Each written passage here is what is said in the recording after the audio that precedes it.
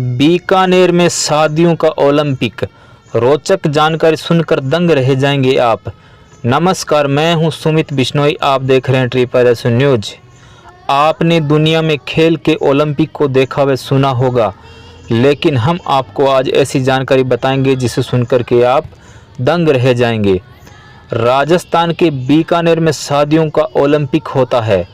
इस दिन सैकड़ों जोड़े वैवाहिक बंधन में बंधते हैं, वह भी एक ही समय एक ही मुहूर्त में। यह कोई कार्यक्रम एक ही पंडाल या एक ही भवन में नहीं होता है। यह वैवाहिक कार्यक्रम बीकानेर के पूरे शहर में होता है। और सबसे बड़ी बात यह है कि दूल्हा विवाह करने घोड़ी या रथ पर नहीं आता है, बल्कि विष्णु के रूप में पैदल ही आता है। पारंपरिक वेशभूषा में शादियां करने वालों को संस्था के द्वारा सम्मानित भी किया जाता है। इस विशेष दिन को पुष्करना सावा ओलंपिक कहा जाता है। हम आपको आज इस ओलंपिक शादी समारोह के बारे में पूरी जानकारी देंगे। ये सावा यानी कि एक विशेष प्रकार का विवाह का मुहूर्त, और आजकल जो लोग हैं इसको ओलंपिक शादियां ओलंपिक सावा के नाम से जानते हैं, क्योंकि विश्व में लोग इसी नाम से जानते हैं। तो देखिए, सबसे पहले तो मैं बताऊं कि ये पहले 7 वर्ष से होता था, फिर 1969 से ये 4 साल से हो गया, और 4 साल से होने के कारण इसका नाम लोग ओलंपिक जानने लगे, क्योंकि बीच में ओलंपिक खेलों की शुरुआत हो गई थी, तो लोगों ने इसको नाम दे दिया ओलंपिक, यानी एक प्रसिद्ध नाम हो गया ओलंपिक शादियां। वैसे इसका नाम है पुष्करना सावा। और फिर जब समय की मांग हुई तो ये 2 साल से होने लग गया। आजकल 2 साल से होता है। इसकी खास बात यह भी है कि इसके लिए सबसे पहले पंडित जो लोग हैं एक साथ बैठते हैं, मुहूर्त तय करते हैं, इसको कहते हैं सावा शोधन। और इसके लिए समस्त कर्मकांडी पंडित ज्योतिषी साथ साथ करते हैं कि कौन सा मुहूर्त, कौन सी तिथि, कौन सी घड़ी, कौन सी बेला सर्वश्रेष्ठ है, जिस दिन एक ही दिन में ये सब लोग शादियां कर सकें। और वो मुहूर्त भी होता है, सिर्फ 1008 नाम जो है उसी में से मुहूर्त तय होता है कोई कौन सा नाम रखना है।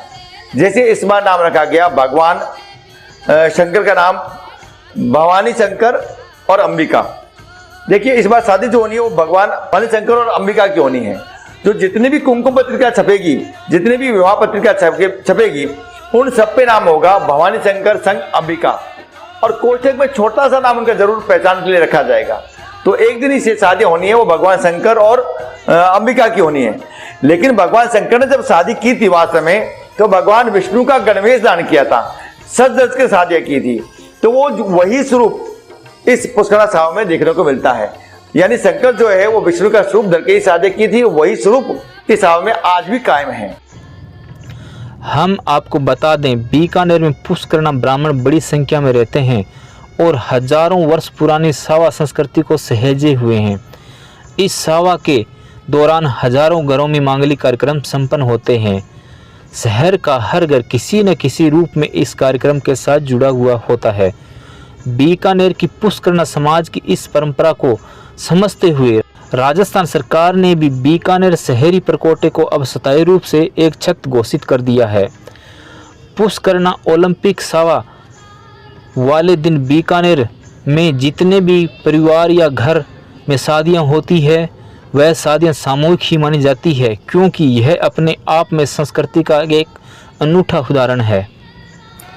पुष्करना सावा में एक दिन में सैकड़ों शादियां होती है। तो किसी एक भवन में या एक आश्रम में, एक पंडाल के नीचे शादियां संभव ही नहीं है। तो सरकार ने भी, प्रशासन ने भी इसको स्थायी छत घोषित कर दिया कि शहर परकोटे में जितनी भी शादी होगी वो सामूहिक शादियां मानी जाएगी। लेकिन एक ही दिन, एक ही समय जब विष्णु स्वरूप में दुल्हन निकलते हैं तो एक दृश्य होता है, सारा गगन मंडप, सारा जहां बराती। ये दृश्य बीकानेर में देखने को मिलता है। तो पूरे देश को इस सावे को देखना चाहिए, समझना चाहिए। और ये भी कह रहा हूं, पुष्करना समाज ये प्रेरणा देता है कि मितव्ययिता है, लेकिन एक संस्कारों को, पुरानी संस्कृति को साथ लेके चलने का संदेश देता है पुष्करना सावा, और सामूहिकता, समरूपता देता है सावा। देखिए, हमारे जो मंत्री हैं, हमारे विधायक हैं, हमारे जो बड़े बड़े उद्योगपति हैं इस शहर के, सब ने पुष्करना समाज के जो लोग हैं उन्होंने शादियां इस सावा में की हैं। तो चाहे बड़ा तबका हो चाहे छोटा तबका हो, इसमें ये अंतर नहीं है। बल्कि गौरव की बात है। पुष्करणा ब्राह्मण समाज ओलंपिक सावे से हर समाज को एकता और समरूपता की सीख देता है।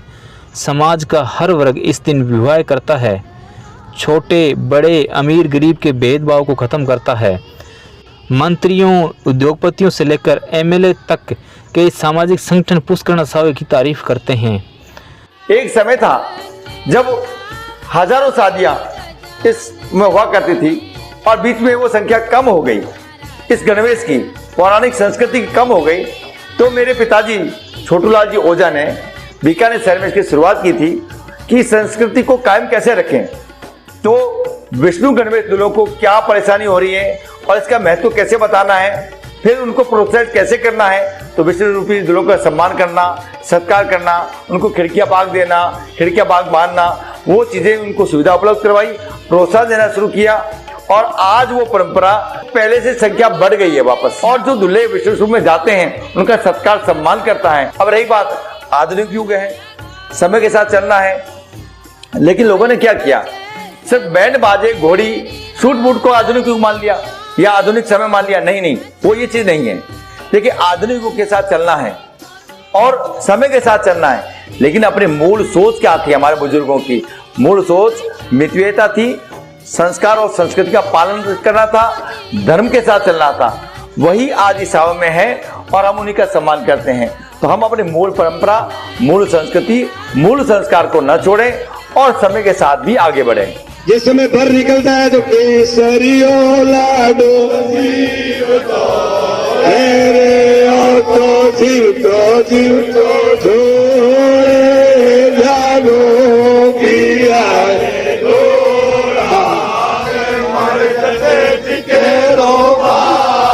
केसरियो लाडो।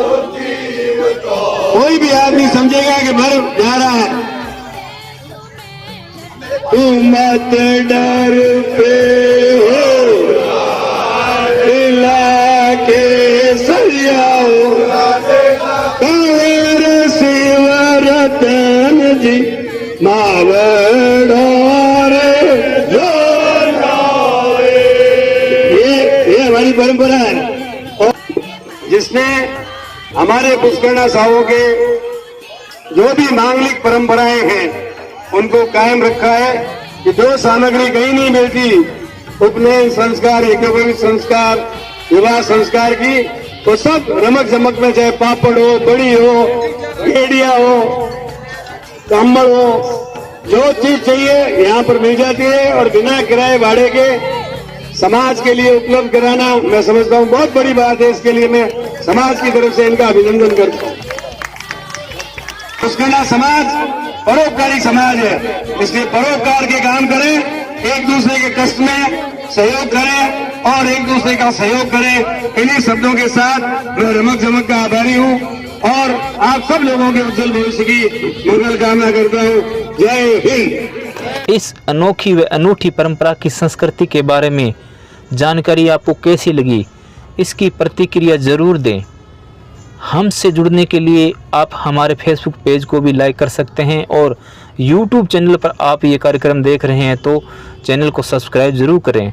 धन्यवाद।